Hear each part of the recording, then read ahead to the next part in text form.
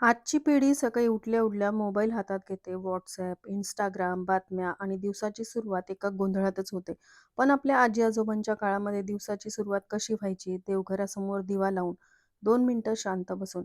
आजच्या व्हिडिओमध्ये आपण बघणार आहोत रोजची देवपूजा खरंच का करावी? ही फक्त एक धार्मिक प्रथा आहे, की त्यामागे काही शास्त्रीय आणि मानसिक कारणं देखील आहेत.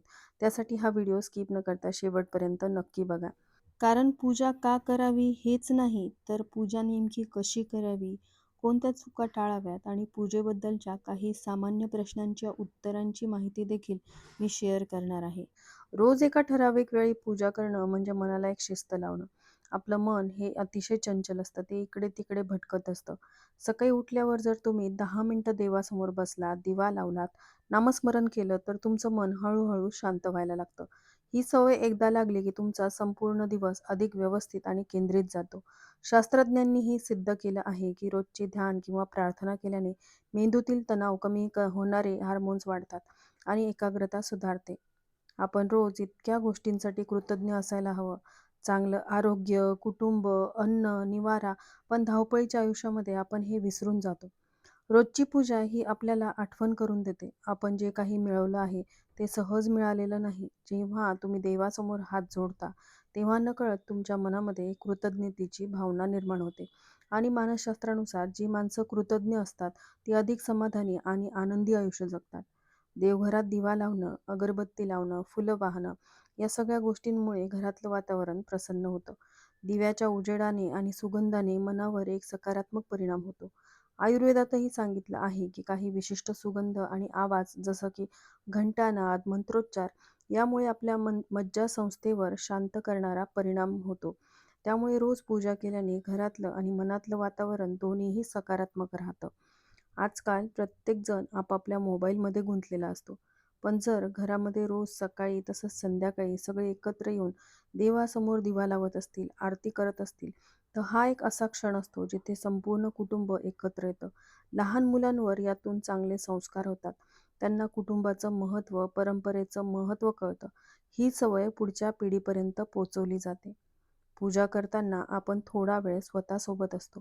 या वेळेमध्ये आपण दिवसभरामध्ये काय केलं, काय चुकलं, पुढे काय करायचं आहे याचा विचार करू शकतो. हे एक प्रकारचं आत्मनिरीक्षण असतं. आजच्या धकाधकीच्या जीवनामध्ये असा एकांतातला शांत क्षण मिळणं खूप दुर्मिळ झालं आहे. रोजची पूजा तुम्हाला हा वेळ आपोआप मिळवून देते. अनेक संशोधनांमध्ये असं दिसून आलं आहे की जे लोक रोज प्रार्थना करतात, ध्यान करतात, त्यांचा रक्तदाब नियंत्रित राहतो, तणावाची पातळी कमी होते आणि झोपही चांगली लागते. पूजेदरम्यान केलं जाणारं दीर्घ श्वसन, मंत्रोच्चार आणि शांत बसणं हे सगळं एका प्रकारे ध्यानधारणेसारखंच काम करतं. त्यामुळे रोजची पूजा ही फक्त धार्मिक कृती नसून एक आरोग्यदायी सवय देखील आहे. जेव्हा तुम्ही रोज देवांची प्रार्थना करता, तेव्हा तुमच्या मनामध्ये आपोआप सकारात्मक विचार यायला लागतात. सर्वांचं भलं हो, मला चांगली बुद्धी मिळो, माझ्या कुटुंबाचं रक्षण हो, असे विचार मनात रुजतात. हे विचार हळूहळू तुमच्या वागण्यातही उतरतात. तुम्ही अधिक संयमी, अधिक दयाळू बनता. त्यामुळे रोजची पूजा ही तुमचं व्यक्तिमत्व घडवण्यातही मोठी भूमिका बजावते. भारतीय संस्कृतीमध्ये देवपूजेला हजारो वर्षांची परंपरा आहे. आपले पूर्वज, आपले आजी-आजोबा यांनी ही परंपरा जपली, म्हणून आज आपल्यापर्यंत ती पोहोचली आहे. रोजची पूजा केल्याने आपण आपल्या मुळांशी, आपल्या संस्कृतीशी जोडलेले राहतो. ही एक प्रकारची ओळख आहे, जी आपल्याला आपल्या समाजाशी आणि आपल्या इतिहासाशी बांधून ठेवते. रोजची देवपूजा ही फक्त देव पावेल की नाही या भीतीपोटी करायची गोष्ट नाही. ती एक अशी सवय आहे जी तुमचं मन शांत करते, तुम्हाला शिस्त लावते, कुटुंबाला जोडते आणि तुम्हाला एक सकारात्मक दृष्टिकोन देते. रोज फक्त 10 मिनिटं द्या. दिवा लावा, 2 श्लोक म्हणा, शांत बसा. बघा, हळूहळू तुमचं संपूर्ण आयुष्यच बदलायला लागेल. आतापर्यंत आपण पूजा का करावी हे बघितलं. आता बघूया की पूजा नेमकी कशी करावी, कोणत्या चुका टाळाव्यात आणि पूजेबद्दलच्या काही सामान्य प्रश्नांची उत्तरं. अनेकांना वाटतं पूजा म्हणजे फक्त मोठा सोहळा, भरपूर साहित्य, लांबलचक मंत्र. पण खरं तर पूजेचं सार आहे भाव आणि नियमितता. सकाळी ब्रह्ममुहूर्तावरती उठून अंघोळ करून पूजा करणं उत्तम मानलं जातं.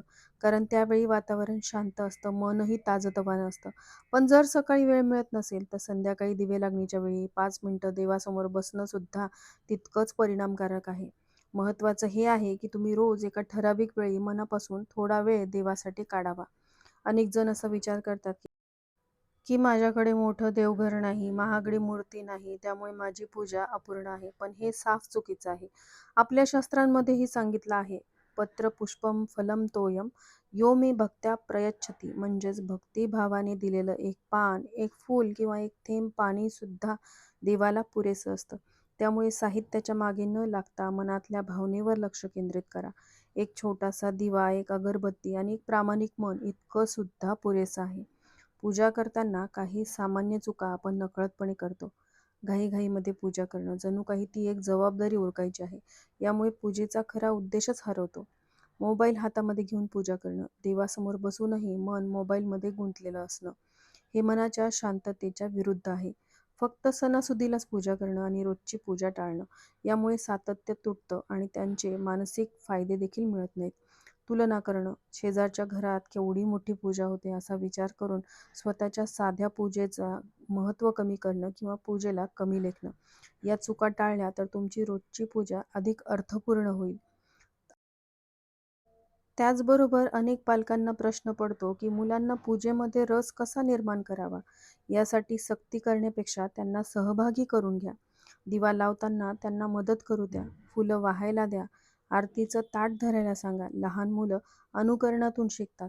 जर तुम्ही स्वतः नियमित पूजा करत असाल तर मुलं आपोआप तीच सवय उचलतात. त्यांना देवांच्या गोष्टी सांगा, सणांचं महत्त्व सांगा. यातून त्यांच्यामध्ये संस्कार तर रुजतातच, पण त्यांना एक भावनिक आधारही मिळत असतो. आयुष्यामध्ये कधी-कधी असे क्षण येतात जेव्हा सगळं हाताबाहेर गेल्यासारखं वाटतं. नोकरीची चिंता, नात्यातील ताणतणाव, आरोग्याच्या समस्या. अशा वेळी रोजची पूजा एक मानसिक आधार बनते. देवासमोर बसून मन मोकळं केल्याने एक प्रकारचा भावनिक निचरा होतो.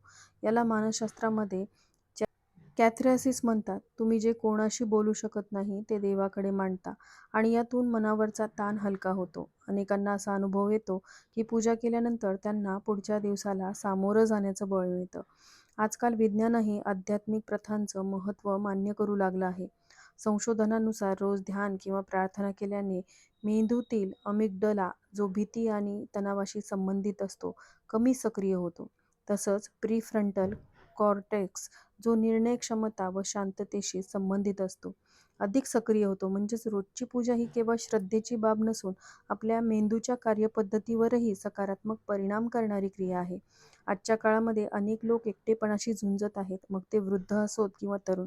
रोजची पूजा ही अशा एकटेपणावर एक हळूवार उपाय ठरू शकते. देवासमोर बसणं म्हणजे तुम्ही एकटे नाही, कोणीतरी तुमचं ऐकतंय ही भावना मनामध्ये रुजते आणि यातून एक प्रकारचा भावनिक आधार, एक सोबतीची भावना निर्माण होते, जी मानसिक आरोग्यासाठी खूप महत्त्वाची असते.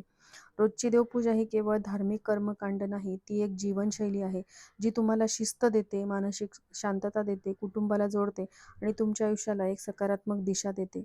मोठा सोहळा करण्याची गरज नाही, रोज फक्त 10 मिनिटं द्या.